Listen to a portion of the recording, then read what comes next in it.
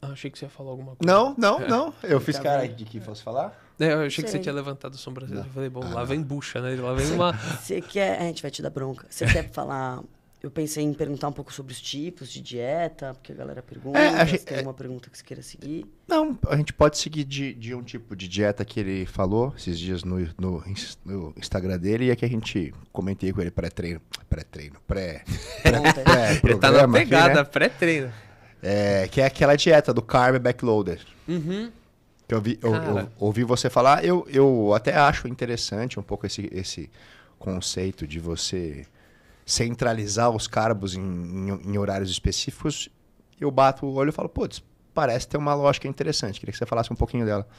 Então, o carb backloading, particularmente, eu gosto bastante, porque eu acho que é um formato, né, de dieta que ele é fácil das pessoas assimilarem e, ao mesmo tempo, trabalha muito aquela sensação de eu estou comendo numa quantidade que me agrada. Porque muitas vezes as pessoas elas não têm dificuldade em parcelar as refeições ao longo do dia. E sim parcelar e sentir que não comeu. Uhum. Então ela fala, Rafa, eu prefiro comer menos vezes, mas sentir que eu sentei e eu comi, isso me faz bem, do que parcelar bonitinho. Não sei se vocês viram. Teve aí uma história de tantas refeições, tá? Eu até comentei com você que é a briga de dois caras grandes. Eu não vamos nem entrar no mérito, mas assim, o que eu vejo... Isso já tá tão discutido, né, gente? As pessoas ainda brigam por isso. Porque, na verdade, eu acho que eu vou falar, não tem problema nenhum. O Muzi foi, acho que no programa do Danilo Gentili, se eu não me engano, e falou que tinha algum trabalho que mostrava que se as pessoas fracionassem em X refeições, 6 refeições, agora eu não lembro o número exato, mas falou que se fracionassem mais vezes, aumentava o gasto calórico em X vezes. Daí o Dudu Halush, que é um nutricionista que eu gosto bastante, aliás, quem sabe um dia eu consiga trazer ele aqui. Eu gosto do Muzi também, tá? Mas... E aí a comunidade de nutrição caiu matando no Muzi, porque na verdade você tem acho que um consenso de trabalhos científicos que mostra uma coisa, e parece que tem um único trabalho que mostrou um aumento no metabolismo quando você fracionava em X refeições, etc. e tal. Daí gerou toda essa polêmica que rolou essa semana aí, né? Eu vou te falar assim, são dois caras que eles são referências, né? Sim. E eu acho que é chato quando esse tipo de coisa acontece, porque a gente consegue enxergar, pelo menos eu consigo enxergar o que o Muzi quis passar. Acho que principalmente o veículo em que ele estava falando com um público que não é exatamente o público em que o Dudu se dirige. O público que o Dudu se dirige... Um pouco mais específico, né? É o mais nichado, é o cara que vai entender realmente o que ele está falando, e na crueza da informação, eu concordo mais com o Dudu, obviamente. Se você tem ali a mesma quantidade calórica, etc, enfim, tanto faz como que você vai parcelar. Mas eu acho que o Muzi, a preocupação dele ali dentro do... Olha eu falando do Halush e do Paulo Muzi, mas eu acho que ele ali dentro gente, pode da... falar, gente. A gente estuda, a gente tem nossa opinião. Eu só acho que ali ele tentou, na verdade, passar para um grande público, ele tentou passar a informação de você ter uma regra alimentar, de você procurar fracionar, de você procurar comer pequenas porções para aumentar a saciedade ao longo do dia. Sim, que normalmente é o erro maior que a pessoa média comete. Eu acho que foi isso. Eu acho que teve essa, digamos... Não, teve um ruído. Ali rolou um ruído. Mas, de um modo geral, se você pegar, por exemplo, a dieta de grandes fisiculturistas lá de fora, e aí trazendo para alta performance, não tem nem horário determinadas refeições. Tem preparadores que não dão horário para os caras. Falam, você precisa pagar essa conta aqui para mim no final do dia. Como que você vai fazer isso? Vire-se. Tem outros preparadores que não, também são mais ortodoxos. Todo dia, mesmo horário e tal. Normalmente, inclusive, os melhores estão mais desse lado, são os mais ortodoxos. Mas existe Mas essa porque eu outra acho linha. que é a organização de tudo, né? É o que você falou do mindset, eu acho que entra nisso. Ele cria esse ambiente altamente controlado. Mas se você for pegar a fisiologia nua e crua, isso aqui não tá errado. Mas parece que o Dudu fala também, né? Que tem um nível ideal de refeições, que é mais ou menos 4 refeições diárias que você precisa fazer. Eu acho que para você... Eu não sei, se eu preciso pesquisar mais, tá? Talvez você possa falar. O Dudu fala que com 4 refeições você consegue ter a absorção talvez adequada de todos os nutrientes, sabe? Pensando que você não vai fazer... Se você fizer uma única grande refeição... Que às vezes a galera faz isso também, jejua e come faz tudo uma refeição no só. dia que você tem que comer 2.500 calorias. Talvez não dê certo. Acho que ele apresentou alguns trabalhos. Tem um trabalho bem interessante que ele mostra que isso giraria em torno de 3 a 4 refeições. Mas isso é tão individual. Porque a gente está falando de quem? A gente está falando da Mariazinha, a gente está falando do Vitor Lima, que vai competir no Fitpira, categoria 212, a gente está falando do rapaz ali da segurança, está falando de mim. Depende. Às vezes, o próprio ofício da pessoa não permite que ele faça muitas refeições. Pronto, acabou. Assim. Pronto, acabou. Se bem que o Conrado bate marmita nas aulas de personal. Tá nem aí. Às vezes faço mesmo. Às vezes não, de manhã eu faço mesmo. E talvez nessas horas seja interessante justamente olhar para o suplemento. É nessa hora que vale a pena, sabe? Então, a gente até estava comentando aqui antes do começo com relação à suplementação pré-treino, né? Que você tinha comentado. Eu acho que o suplemento ele é um facilitador acima de tudo. Né? Ele tem, claro, essa característica de suprir, de suplementar, de acrescer, mas ele é basicamente um facilitador. Eu acho que essa é a grande função, né, do suplemento. Boa. Eu sei que a gente te bagunçou em tudo, mas volta pro Carb Backloader. Então, o Carb Backloading basicamente é você concentrar grande parte dos carboidratos num período do dia. Então, ali por volta de 80% do teu carboidrato, você vai concentrar ele ao redor do teu treino. Então, vamos imaginar o seguinte. Eu gosto muito da seguinte proporção. Você colocar 50%, 45% no pré, 20% no pós. O restante você parcela no dia, o que sobrar você põe no intratreino. Muitas pessoas acabam... Pensando num cara que treina bem, se diz. Isso, pensando num cara que performa legal. Ou naquela pessoa que tem dificuldade em consumir nas pontas do dia, tem um treino ali no meio da tarde, então é aquela pessoa que acorda e fala: meu, eu não consigo comer de manhã, eu sou ruim de comer de manhã. Mas de tarde eu tenho uma fome desesperada, tal.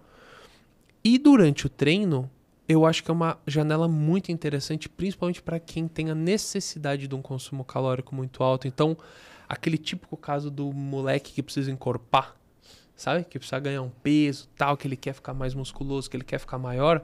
Colocar um intratreino para ele normalmente dá super bom. Por quê? Você coloca uma água de coco, você coloca ali às vezes até um pouco mais de carboidrato, um blend de carboidratos diferentes e tal. Eu tô na esperança da Anvisa liberar aqui pra gente um carboidrato que chama ciclodextrina, que não tem aqui no Brasil. Então, a maioria das empresas de suplemento, né, das companhias, acabam trabalhando com carboidratos que se assemelham a esse tipo de carboidrato, mas não são esse carboidrato. Por que isso é legal? Ele libera lento, ele... O que acontece? A ciclodextrina, ela funciona como se fosse uma espiral, a estrutura química dela. Só que ela funciona como um carreador. Então, você imagina que aqui a ciclodextrina, essa aqui é a forma com que ela se apresenta. Se você consome, por exemplo, a ciclodextrina com um aminoácido, ela tem uma velocidade de absorção muito maior do que o aminoácido. Porém, ela funciona como um carreador. Então, o aminoácido, ele vem para cá e... Então você consegue, durante o treino do sujeito, utilizando a ciclodextrina, ter uma absorção muito rápida desses compostos que você está colocando. Então você pode colocar ali um suporte de aminoácido e uma quantidade altíssima de carboidrato, por exemplo, para um ciclista. O cara que faz uma atividade, pancada, o cara tem desidratação e etc, etc. Você coloca sais minerais, carboidrato, um pouquinho de aminoácido, você entrega para o cara um super composto intratreino e numa velocidade de absorção super rápida. Então, você não precisa contar com uma velocidade de digestão X, Y, empachar o cara pré-treino de banana amassada com aveia, não sei o quê.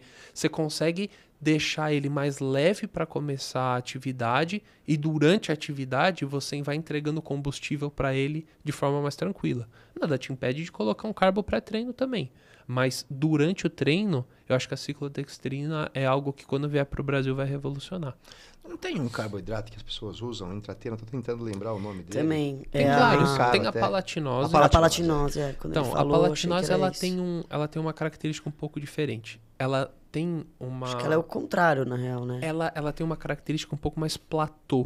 Então, o impacto que ela causa a nível glicêmico é menor, mas comparado com a ciclodextrina, por isso que a ciclodextrina ela é tão interessante. O impacto glicêmico dela é baixo comparado à quantidade de carboidrato que ele te entrega. Então, eu te entrego muita energia, mas eu não mando a tua insulina lá para as cucuia. Entende? Então, isso, por exemplo, para alguém que precisa manter a insulina controlada para não dar aquela molezinha gostosa no meio do treino, é fantástico. O cara fica pilhado, o cara não amolece, mas entrega energia. Já a palatinose, ela, como ela tem essa entrega um pouco mais duradoura, ela é interessante em alguns casos. Por exemplo, o cara que precisa de um suplemento de carboidrato, mas ele precisa aquilo de forma mais constante. Então é o cara que às vezes não vai numa intensidade tão paulada, e se ele for numa intensidade paulada, você combina a palatinose com carboidrato um pouco mais rápido, você cria um blend ali. Ou para a pessoa que está com sobrepeso, precisa de carboidrato, mas você não quer um impacto glicêmico tão alto. E aí você consegue adaptar, literalmente fazer a alfaiataria ali da roupa, a depender do corpo que você tem, né? Então você ajusta, você deixa ali na medida para o que você precisa. Tem outros tipos de carboidrato. Então, por exemplo, tem a destrose, tem a malto, que eram super utilizadas há um tempo atrás. Sim. Mas elas, como elas têm essa característica de praticamente um açúcar, né? Aquilo que vai bater e vai mandar a insulina super rápido para cima, acaba que elas acabaram perdendo espaço no mercado, mas eu particularmente gosto, assim. Eu acho que são... acho que depende do que você quer realmente. Eu gosto. Do momento. Eu gosto. Eu acho que... Você toma quando? Malto com whey pré-treino. Mas eu preciso tomar, 15 minutos antes. Então. Não tem no digil. Porque senão, te dar um... se eu tomar 40 minutos antes, por exemplo, eu já começo a ficar com fome no meio do treino de digil. É meio maluco. É aguça, né? Porque vai subir tua insulina e tal. Mas agora, uma vez que eu tomei, já entrei no treino, já tô naquele estado de treino, eu não sinto nada. Sim. Mas se eu enrolar muito, daí fodeu. Então, né? isso é muito individual, porque vai ter uma pessoa que às vezes ela tem uma tolerância diferente. Então, se eu tomar 15 minutos antes do treino, a mesma quantidade de destrose que você, provavelmente vou dormir. Malto, né? Malto ou destrose, qualquer um dos dois. É que destrose eu já não gosto. Eu já fico Parece que mole. É mais rápido, acho que eu fico mais mole ainda com Agora, destrose. a palatinose eu já gosto. O carboidrato que eu me dou melhor assim pré-treino é a farinha de arroz. Porque eu gosto da textura. Eu sinto que eu meio que comer alguma coisa meio pastosa ali me deixa mais confortável. O pré-treino tem muito essa característica. Aquilo que te deixa confortável para performar. Então, tem gente que fala, eu preciso estar com a barriga cheia. Preciso sentir que eu comi uma refeição. Tem gente que não. Fala, acordo, vou em jejum, me sinto melhor, me sinto mais disposto. Se eu comer, vai me dar moleza. É muito particular. Muito, muito, muito. Boa. Ultimamente, sabe o que eu tenho feito? Eu chego em casa, tomo café, né? O segundo café da manhã. Daí eu durmo, meia hora, uns 40 minutos, acordo, tomo café e vou. Bom. Café preto. Mas então... Eu não sei porquê, tem uma lógica, que ele falou da sonequinha. Qualquer sonequinha que eu tiro, eu acordo com fome. Independente se eu comi pra caramba. Eu tenho muita fome. É que você tem muita fome normalmente. Né? Eu tenho muita fome. Mas você consegue aí... Daí eu consigo ir treinar bem. Nossa. É assim, ó, eu vou imaginar que eu como umas 10 e pouco, e eu vou treinar tipo 12:30. Nossa, eu já estaria morrendo de fome. Mas aí daí eu como bem. Mas é o Gil, não é ferro. Não é ferro também. Tudo que eu faço eu treino meio-dia, 12:30. Só que aí o Gil tem umas 2 horas e a musculação tem 1 hora, 1 hora e você 15. não coloca intra-treino em nenhum deles? Não. Mas é porque eu comi realmente bem nesse pré-treino. Tipo o quê? Tipo que eu comi. Vamos imaginar o que eu comi ontem, que foi bom. Comi um pão francês com um ovo. Eu fiz 4 ovos, comi um pão francês com os ovos dentro. Comi o resto de ovo.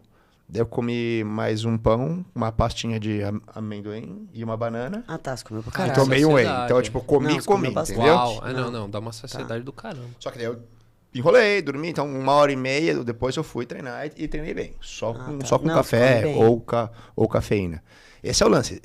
Se eu comer 1h30, 2 horas antes, desde que eu coma bem, robusto, eu treino bem. Sim. Se eu comer bostinhas e esperar 1h30, blá blá blá, daí eu vou morrer. Então quando eu acho que eu comi mal e eu já acordo, por exemplo, com fome, daí eu tomo uma malt whey e vou direto. Malt whey, cafeína e vou direto. Bom. Tipo assim, né? Acordo, ponto de bala. Sim. Tem que sim. ser assim que funciona.